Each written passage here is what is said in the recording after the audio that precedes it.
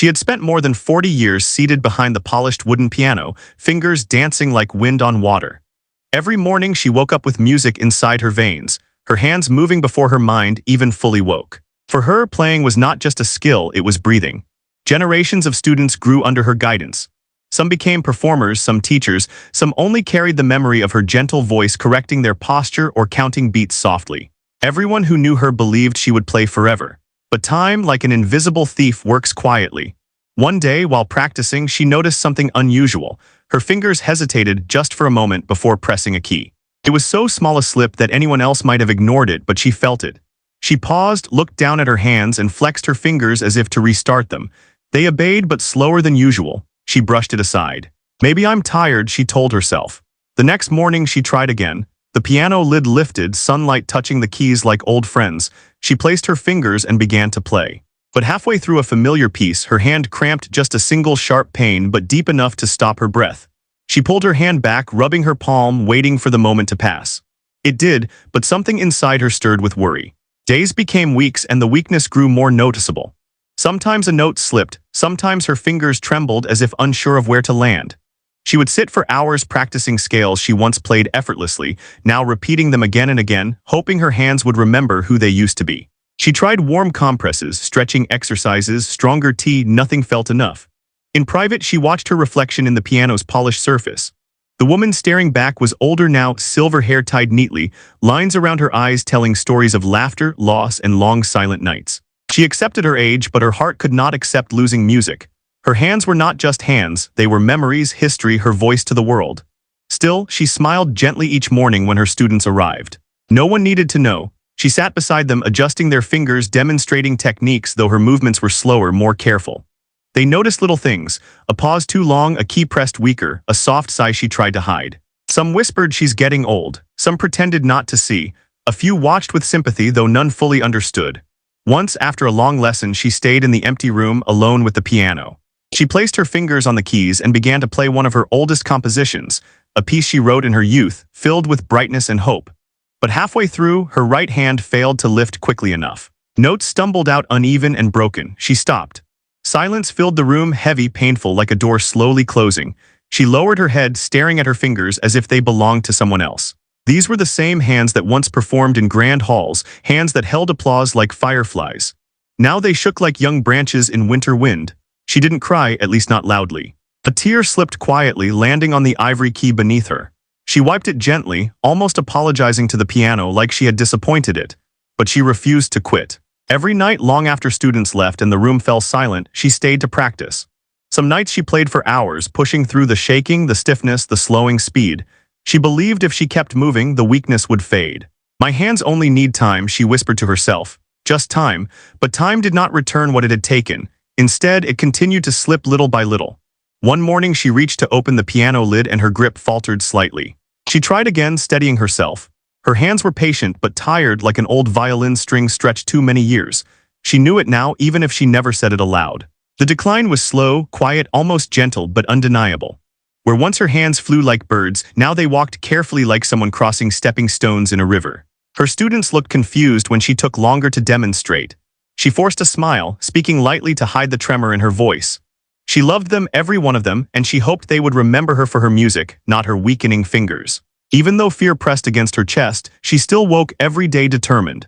She tied her hair, straightened her dress, and sat before the piano because giving up felt like erasing herself. She believed music still lived inside her, even if her hands were beginning to betray her. She did not know what the future would bring. She only knew one thing: as long as she could lift her hands, even slowly, even shakily, she would play. Because she was not just a pianist. She was music, and music teaches you to continue even when the notes get harder to reach. The small changes in her hands soon became impossible to hide. At first it was a missed note here and there, a slight shake that she quickly corrected. But every day the hesitation grew more visible, like a tiny crack spreading through glass. Her students, young and sharp-eyed, began to notice more than she wanted them to. One afternoon, she was demonstrating a simple melody, one she had played thousands of times in her life. Her fingers moved gracefully at first, but halfway through they stiffened. A wrong note echoed through the quiet room.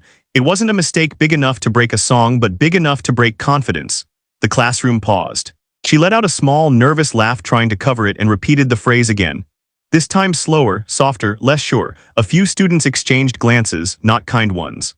The whispers began slowly, soft enough that she wasn't supposed to hear them, but loud enough that she always did. I think she's getting too old to teach. She's slower now, did you see that mistake? She used to be amazing. Now she's just fading. She kept her eyes on the keys, pretending not to hear. Pretending those words didn't land like tiny needles in her chest. She smiled through it, though her heart tightened like a string pulled too hard. She reminded herself they are children. They don't understand time. They don't understand loss. But words once spoken echo longer than notes played on a piano. The next week, as she entered the room, she heard laughter burst suddenly, then stop just as quickly, the type of laughter people try to hide when they know it's cruel. She placed her music sheets on the stand, pretending not to notice. But she did, she noticed everything. One student, bold, careless, giggled openly when she struggled to press a fast sequence of keys. The laugh felt sharp like a slap. The teacher paused, forcing her trembling hands to relax. She continued playing, though her fingers felt like they were made of wet sand, heavy, unresponsive, slipping from her control.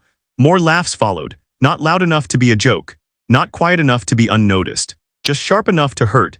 She stopped playing and looked at them, not with anger, but with sadness so deep it could be felt even in silence. But the students did not see that sadness. Children rarely see pain hidden behind a smile.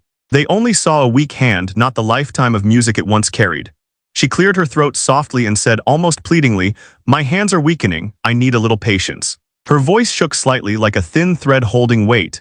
She wasn't asking for pity. She was asking for time to fight her fading strength, time to teach before her fingers gave up completely. But instead of sympathy, there was laughter. A few students snickered, thinking it amusing, the once great teacher asking for patience like a beginner. They whispered again, thinking she wouldn't hear. If she can't play, she shouldn't teach. Well, she's too old, it's embarrassing. Why doesn't she just retire? Those words hurt more than the weakness in her hands. She stood quietly, letting the room settle, pretending the laughter had not cut through her like cold wind. She did not shout. She did not defend herself. She simply walked back to her chair and sat down slowly, folding her tired hands in her lap. The same hands that once played concert halls and grand stages were now shaking under the weight of humiliation. When the students left later that day, she remained seated long after the room was empty. The piano stood in front of her, silent, patient, like a friend waiting to be embraced. She touched the keys lightly, just her fingertips resting on them. No sound came. She didn't have the strength to play. Her mind replayed the laughter, the disbelief, the judgment. She whispered to herself, almost soundless, "Am I really fading?" No one answered.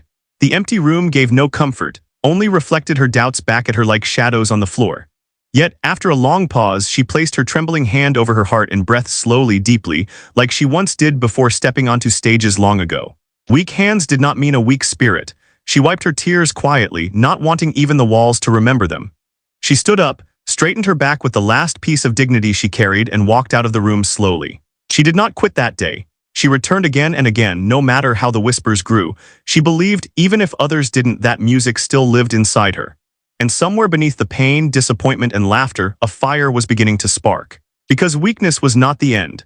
Sometimes weakness is the beginning, the quiet place where strength learns how to grow. The morning after that painful class, she sat alone at her kitchen table with a cup of tea warming her hands. The steam rose slowly, like music she once knew by heart. She wrapped her fingers around the cup, testing her grip, noticing how her hand shook just a little, enough to remind her that time was still winning. She closed her eyes and took a slow breath. Yesterday's laughter still echoed inside her mind, each whisper replaying again and again like a broken melody. She's too old. She can't play like before. Why doesn't she stop? The words hurt not because they were loud, but because they carried truth she feared to face. Her hands were weakening, her body was aging, and the world rarely waits for those who fall behind. But she wasn't ready to surrender. When she returned to class that afternoon, the students were already seated, chatting and laughing like nothing had happened. She entered quietly, carrying her sheet music like a fragile treasure. She smiled not because she was happy, but because she refused to let pain write her silence. She walked to the piano and sat with slow, careful grace. She placed her fingers on the keys, breathing deeply as if preparing for battle. Her students watched, some with expectation, others with amusement. They were waiting not for music but for mistakes. And yet she began to play. The notes stumbled at first, soft and uneven, but she continued. She pushed through every hesitation, fighting the tremor in her fingers like a soldier pushing through exhaustion. Each note was a breath, each chord a heartbeat. The students watched, some whispering under their breath, thinking she didn't hear. But she did. She heard everything. She felt everything. Still she played, because music was the only language she truly knew. But then halfway through the piece her right hand froze, a sharp, unexpected stop. A tiny gasp escaped her lips. She tried to move, to continue, to press the next note. Her fingers wouldn't respond. Silence spread through the room, heavy, uncomfortable. Her students stared. A few looked away, unsure how to react. Then one boy laughed, short, sharp, careless. The sound cut through her like a blade. More laughter followed, hesitant at first, then bolder. They weren't laughing at the music, they were laughing at her struggle, her vulnerability. At the woman who had once been their teacher, mentor, and guide. She looked up slowly. Her eyes traveled across the room and saw smirks, giggles, pity, but very little understanding. Her hands lay motionless on the keys as if they belonged to someone else entirely. She tried to speak, but her voice felt trapped behind her ribs. Finally, with effort, she whispered, fragile like cracked glass, "My hands are weakening. I just need a little time." But her plea did not soften them. A girl near the front whispered loudly enough for others to hear, "If she can't play anymore, how can she teach us?" Another laughed, maybe she should retire already. The room that once held music now held cruelty. She sat silently, absorbing the words like thorns pressing into her heart. Years of dedication, decades of passion, forgotten in a moment of weakness. They didn't see the teacher who had shaped them. They saw only her failing hands. For a moment she considered giving up, standing, walking out, leaving music behind forever. The thought frightened her more than anything else. Because music wasn't a hobby, it was her identity, her last connection to the life she once lived. Her voice trembled as she spoke again, this time not pleading but almost praying. "Please be patient with me." Her students exchanged looks. Some softened slightly, guilt flickering across their faces. Others still smirked, hiding behind youth and ignorance. She stood slowly from the piano, her knees weak but her spirit refusing to bend. She closed the lid gently, like tucking away a memory she wasn't ready to lose. The room watched her, waiting to see if she would break. She didn't. She gathered her sheet music with calm dignity, though her hands trembled. She adjusted her posture, lifted her chin, and spoke softly, steadier than her fingers. "I will keep teaching," she said, "even if it takes me longer, even if I make mistakes, because music is not measured in speed but in heart." Some students lowered their eyes. A few looked ashamed. One girl even bit her lip, guilt pulling at her expression, but others still scoffed quietly, unwilling to understand. She left class slowly, walking down the hallway with measured steps. The laughter followed her, fading but unforgettable. When she reached the quiet of the empty music room after school, she sat at the piano once more. Alone, safe, no judgment, no eyes waiting to see her fail. Only keys, silence, and memory. She placed her trembling hands on the piano. Her fingers were weak, her joints ached, her body was older than her dreams, but she began to play anyway. The first note was shaky, the second clearer. The third filled with determination, because even if her hands were failing, her spirit was not. And in that empty room, something awakened, not just pain but fire. A fire that would soon change everything. She sat alone in the quiet room long after everyone had left. The piano keys under her fingers felt cold, like winter touching skin. She traced each one slowly, almost gently, as though she were apologizing for every shaky note she had played in front of her students. She knew she couldn't turn back time. She couldn't make her hands young again. But she also couldn't let go of the music that lived inside her, music that fought to escape even through trembling fingers. As she sat there, memories began to rise like soft smoke from the past. She remembered halls filled with elegant lights, grand audiences waiting in silence, the feeling of stepping onto a stage where thousands of eyes watched her every movement. She remembered applause, loud, endless, warm like sunlight. She remembered bouquets of white roses, programs with her name printed in gold, reporters asking for interviews.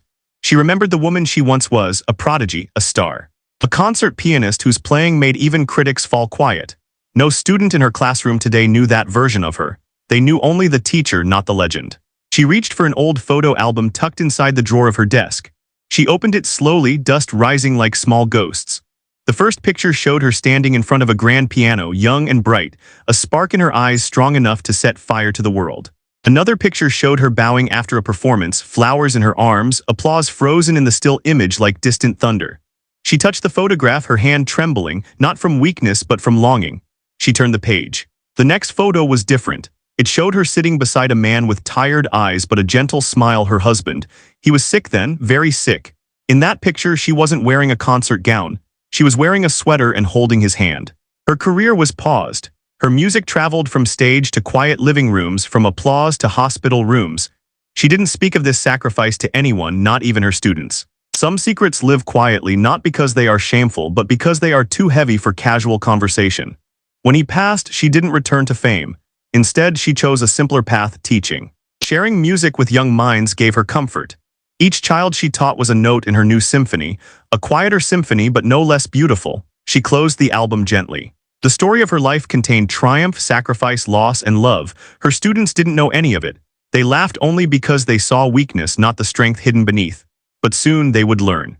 The next day she returned to the classroom with the same gentle determination as always. She greeted her students softly, hands folded in front of her.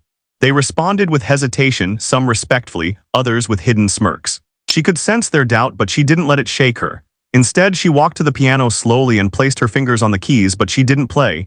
Instead, she spoke. "I want to share something with you." The room fell silent, not because they cared, but because they were curious. She opened the old album on the piano stand, turned it toward them, and waited. Whispers rippled through the room as they recognized her in the photos, young, radiant, confident, holding trophies, bowing on grand stages. Their eyes widened, some stood from their seats to look closer. They saw her name printed in magazines, posters announcing concerts in cities they recognized. One student gasped, "That's you." She nodded softly, "Yes. Once upon a time, I played for audiences much larger than this class." The room shifted like clouds parting. Laughter dissolved into awe, jealous amusement melted into curiosity. For the first time, the children saw not an old woman with trembling hands, but a history, a legacy. She told them how she gave up her career to care for her husband, how music never left her even when life became quiet. She explained how age had slowed her fingers but not her passion. She spoke gently, not to brag, but to show them who she truly was. Her voice grew quiet near the end, like the last note of a beautiful composition fading into silence. "My hands are weakening," she said, "but my heart is not. And music lives in the heart long before it lives in the fingers." The students sat frozen, eyes wide, expressions changed. The same ones who laughed now lowered their heads, embarrassed by their earlier words. They didn't speak. They didn't need to. Their silence was apology enough. One student finally whispered, voice fragile, "We didn't know." She smiled softly, a smile filled with pain but also forgiveness. "Now you do." She closed the album and placed her trembling hands back on the keys. And for the first time in a long while, she didn't feel ashamed of the tremor. Weakness is not failure, it is proof of a long, beautiful journey. She began to play, slow, imperfect, full of emotion. And this time no one laughed, not a single one, because now they knew her secret. The next few days felt different, not only for her but for the students too. Something subtle had changed, like a room where the furniture hasn't moved, but the light feels warmer. When she walked into class, the usual whispering didn't fill the space. Instead, there was quiet respect, unsure at first, but growing, like new leaves after winter. She placed her music sheets on the piano and sat down slowly, aware of every sound her body made, the soft creak of the bench, the cool touch of the keys under her fingertips. Her hands trembled slightly, as they always did now, but this time she did not hide it. Weakness seen is not weakness defeated, but truth accepted. She began to practice again, just as she had done thousands of times before. But this time she wasn't alone in the room. Her students watched carefully, not to catch her mistakes, but to learn from her persistence. They saw how she moved her fingers even when stiff, how she paused to breathe through pain, how she repeated a passage until her hands remembered, even if just for a moment. One student, a girl who once laughed the loudest, raised her hand shyly. "Ma'am, can we practice slowly with you?" The teacher blinked, surprised. Not because the girl asked, but because it was said with softness, care, even. She nodded. And so the class didn't rush through scales like before. They moved slowly, following her rhythm, breathing with each note. It was no longer a lesson about speed. It was a lesson about patience, grace, resilience. She smiled, not broadly, but in the quiet way someone smiles when their heart feels seen. Later that evening, when the classroom was empty again, she stayed behind as she always did. She opened the piano, touched the keys, and felt the tremble she knew too well. But instead of fear, she felt determination. Her eyes softened, her shoulders relaxed, and she placed her fingers on the keys with a promise only she could hear. She would not let weakness close her music. She played slowly, letting each note breathe. The sound was different than in her youth, not fast, not perfect, but full of warmth. Every tremble carried history. Every sustained note carried memories. It wasn't the speed that mattered, it was the soul. Hours passed. The sky outside darkened, the room grew still, but she did not stop. She practiced scales her students believed she had mastered decades ago. Her fingers ached, but she welcomed the ache. Pain meant movement, movement meant possibility. She played until the clock ticked past midnight, until her eyes grew heavy, until the room felt full with sound and silence all mixed together. She finally rested her hands on her lap. They were shaking, tired, worn, but alive. Just then, footsteps echoed in the hallway. She looked up, surprised. The door opened softly and two students stepped inside, holding paper cups of hot tea. They hesitated at the entrance, unsure if they should disturb her. "We saw the lights still on," one boy murmured. We thought maybe you were practicing." She smiled gently. I was. They walked closer, their movements awkward but sincere. They placed the tea beside her and sat on the floor like children listening to a bedtime story. "Can you play something for us?" the girl asked, voice small, almost shy. This time the request didn't hurt, it healed. She nodded slowly and lifted her hands again. Though tired, they moved with a softness like candle flames swaying but never going out. She played a piece from her early days, a song she composed when she first fell in love with the piano. Young and bright like spring, innocent like first rain. As she played, the two students watched in silence, eyes wide, hearts open. They didn't focus on the slight weakness in her fingers, they listened to the depth of her sound. The beauty wasn't in her strength but in her struggle. When she finished, they clapped, not loudly, not to fill the room, but softly with sincerity. Applause meant for her heart, not her technique. The boy spoke again, his voice touched by something new, something grown. "We want to learn that piece. Can you teach us?" And in that moment, she felt something shift inside her, not her hands, but her hope. It stretched, opened, flourished like a flower that has waited too long for sun. "Yes," she whispered, "I will teach you, slowly, carefully, together." The students nodded, and they stayed with her, practicing quietly until the night grew deeper. Not one laugh, not one unkind word.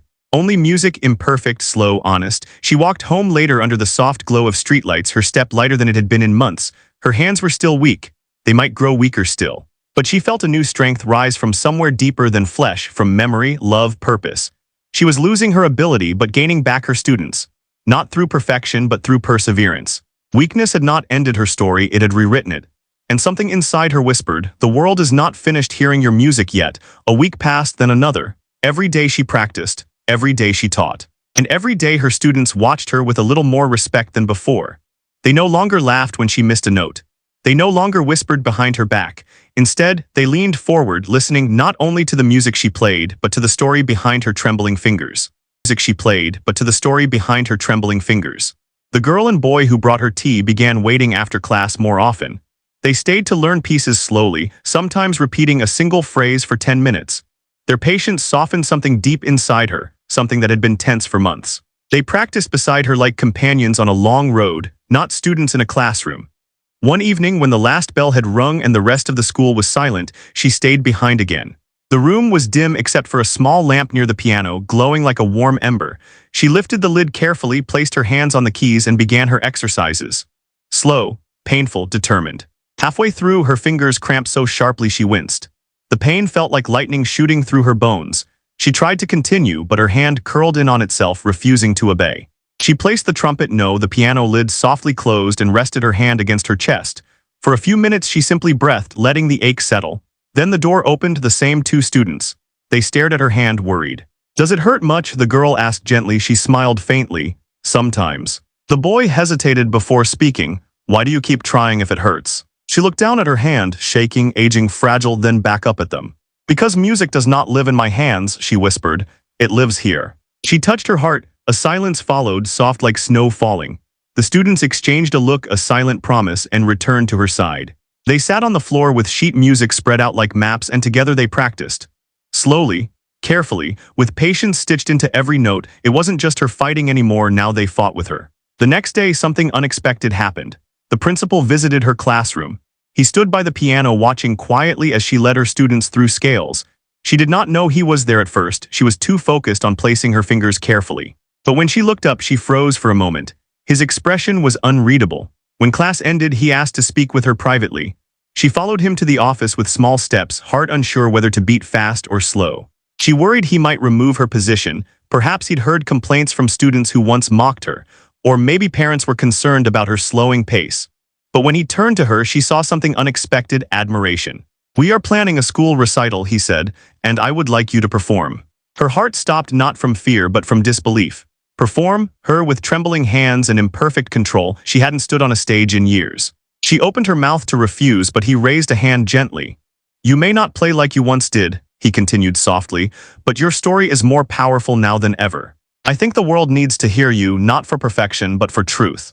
His words struck her like light breaking through a dark room. She nodded slowly, emotion trembling in her throat. She left his office with footsteps light as air.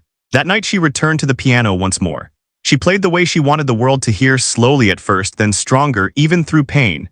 Her notes were not flawless, but they were honest, a woman refusing to disappear. And again, as if drawn by the music itself, her two students entered quietly.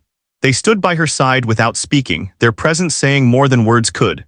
One of them finally whispered, "We'll be there when you perform." She looked at them, these two young hearts who had once looked at her with doubt but now with loyalty, and she felt tears gather but not fall. Her hands were weakening, but something inside her was getting stronger. Not every strength shows in muscles or speed. Some strengths are seen only in moments of pain where a person rises instead of breaking. She practiced for hours, the students staying with her until night turned the windows black. Their voices counted beats gently, their patience steady like a hand holding a flame against wind. And as she played, she felt something she had been missing for a long time, hope. Not fragile hope, but rooted, growing hope. A hope that whispered, "You still have a stage left to conquer." The day of the recital arrived sooner than she expected. Morning sunlight spilled through her curtains like gold paint, gentle yet undeniable, as if the world itself was telling her today matters. She rose slowly, her bones stiff like old wood, but her heart beating with an excitement she had not felt in years. For a moment she stood in front of the mirror. The woman staring back was older, her hair silver like moonlight, her hands marked by time. But her eyes, they still carried music. She wore her best dress, the same one she once wore to concert halls long ago. It no longer fit perfectly, but she didn't mind. It held memories, applause, spotlight, trembling joy. She brushed her hair neatly, applied a faint touch of rouge to her cheeks, and picked up her music sheets with trembling fingers. Not trembling from fear, trembling from meaning. When she arrived at the school auditorium, she heard the sound of students rehearsing scales backstage. Some were nervous, some excited. She smiled, remembering her younger self, fearless, driven, unstoppable. She had never imagined she would return to a stage like this, not as the prodigy she once was, but as someone who had weathered storms and survived. Her two loyal students found her almost immediately. Their faces were bright with encouragement, and in their hands they held something wrapped in velvet. They offered it to her, eyes shining. "We have something for you," the girl said softly. She opened the cloth and gasped. Inside was a small bracelet made of tiny silver keys, each shaped like a piano key. Fragile, elegant, simple. A symbol of everything she was fighting to hold on to. "It's not expensive," the boy added shyly, "but we wanted you to wear something new today, not just memories." Her chest tightened, not with pain, but with love. She slipped the bracelet over her wrist, her hand trembling as the metal settled warmly against her skin. "Thank you," she whispered, two words small but filled with oceans. When her name was announced for the final performance of the event, she froze for one heartbeat. The hall was full, students, parents, teachers, strangers. Some had come to listen, some had come out of curiosity. Some had heard rumors about the aging teacher with weakening hands. All eyes turned to her as she walked toward the stage, slow but steady. She could hear her heartbeat like a drum inside her chest. Every step felt like a memory returning from the past. She reached the piano and placed her music down. Slowly, she sat, breathing in deeply the scent of polished wood and felt-covered hammers, a scent she had loved for decades. Her fingers hovered above the keys. And for a moment, silence wrapped around her like a blanket, heavy, warm, sacred. She was afraid to tremble, afraid to fail, afraid to disappoint those who believed in her. But then she remembered something her husband once told her during his final days. "Even when your hands grow tired, your soul will still know how to play." She placed her fingers firmly down and began. At first, the notes were soft, like footsteps in fresh snow, gentle, uncertain. But then slowly her hands found a rhythm, shaky but brave. Her students watched from the front row, breath held. Parents leaned forward. No one whispered. No one laughed. Halfway through, her hand trembled. A note faltered. A gasp rippled through the audience, but she did not stop. She pressed the next key with determination that cut through every doubt. She wasn't playing to impress. She was playing to speak. Her music told her story, the young prodigy bright as sunlight, the wife who traded stages for love, the teacher who gave everything she had, the woman who lost strength but not spirit. The melody swelled, fragile yet powerful, like a bird flying with broken wings but refusing to fall. By the final section, her hands shook violently, tears filling her eyes not from pain, but from the miracle of still being able to play. When the last note fell into silence, she lifted her hands slowly from the keys, hands weak, trembling, tired, and placed them quietly in her lap. The entire hall stood. Applause rose like thunder, loud, endless, unstoppable. Not polite applause, not forced applause, real applause, earned applause, applause that felt like home. Her students cried openly, clapping with all their strength. The teachers stood. Even those who once laughed now watched her with wide eyes full of guilt and admiration. The world didn't see weakness anymore. They saw courage. They saw history. They saw a woman who refused to let fading strength silence a lifetime of music. She bowed slowly, tears streaming down her face, not of sadness but relief, acceptance, triumph. Her hands were weakening, but her legacy, growing stronger than ever. When the applause finally softened, she did not move at once. She sat there, letting the sound wash over her the way sunlight warms old stones. It wasn't just applause, it was recognition, forgiveness, healing. For a moment she closed her eyes, and if someone had touched her shoulder, they would have felt her trembling not from weakness, but from joy too big to hold. After the recital, people came forward to speak with her. Parents who had never met her before now shook her hand with respect. Students who once snickered now looked up at her with wide, humbled eyes. Even the boldest among them couldn't speak without swallowing hard. One boy stepped forward and whispered, "I'm sorry for laughing before." She placed her hand gently on his shoulder, her fingers shaky, but her voice steady, "Thank you. I forgive you." Forgiveness is sometimes heavier than anger. It took strength to carry, but she carried it with grace. Her two loyal students remained beside her like shadows, smiling with wet eyes. They helped her gather her sheets, her books, her coat. When she stood, they held her arms gently, not because she asked, but because love can be quiet and still loud enough to be felt. Outside, evening had descended softly, sky painted deep blue with silver stars scattered like forgotten notes across a page. The cold air touched her cheeks, yet she didn't shiver. Her heart was warmer than her body had been in years. The principal met her at the gate. His voice was heavy with emotion. "You reminded us today," he said slowly, "that greatness isn't only in flawless hands, it's in a fearless heart." She bowed her head slightly, humbled rather than proud. She had not played perfectly, but she had played honestly, and honesty is music the soul never forgets. As she walked home that night, she didn't walk alone. Her students walked with her, one on each side, talking softly, asking questions, laughing gently. The streetlights glowed above them, reflecting off her new bracelet like tiny sparks of life. She looked at her hands, still trembling, still weak, but no longer a source of shame. A weak hand can still create beauty. A slow hand can still shape music. A tired hand can still hold purpose. When she reached her home, she paused at the door. The students waited, unsure if they should leave. She turned to them with a small, loving smile. "You helped me today," she said softly. The girl shook her head. "No, you helped us." She felt tears again, not sorrow, but gratitude. They hugged her gently, then left with waves and bright faces. She watched them go until their silhouettes melted into the night. Inside her home, the silence was soft rather than lonely. She placed her music sheets on the table, ran her fingers along the piano surface, then sat down once more. She played not for a crowd, not for applause, but for herself. The sound filled the room like memory and hope woven into one thread. Her hands shook. A few notes broke, she didn't care. It was her voice, imperfect, real, alive.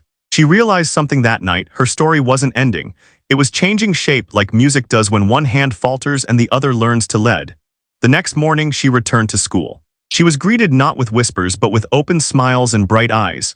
Students carried their sheet music eagerly. They no longer asked her to play fast. They wanted her slow, careful guidance. They wanted her story, not just her technique. She taught them not only how to play piano but how to feel it, how to respect the music, how to respect the journey, how to respect the people who carry both strength and struggle in the same hand. Years passed, and her hands grew weaker still, but her legacy grew stronger. Students who once snickered became musicians who played with emotion. The girl who brought tea became a teacher herself, passing down the lessons of patience and compassion inherited from her. The school remembered her not as the woman who lost strength, but as the woman who kept playing. Long after her fingers finally stopped, her students still performed her pieces with trembling hands, not out of weakness, but out of love. And every time a piano key was touched gently, carefully, honestly, her music lived again. People said her hands failed. They were wrong, her hands didn't fail. They taught courage, humility, tenderness. They taught that talent may fade, but purpose does not.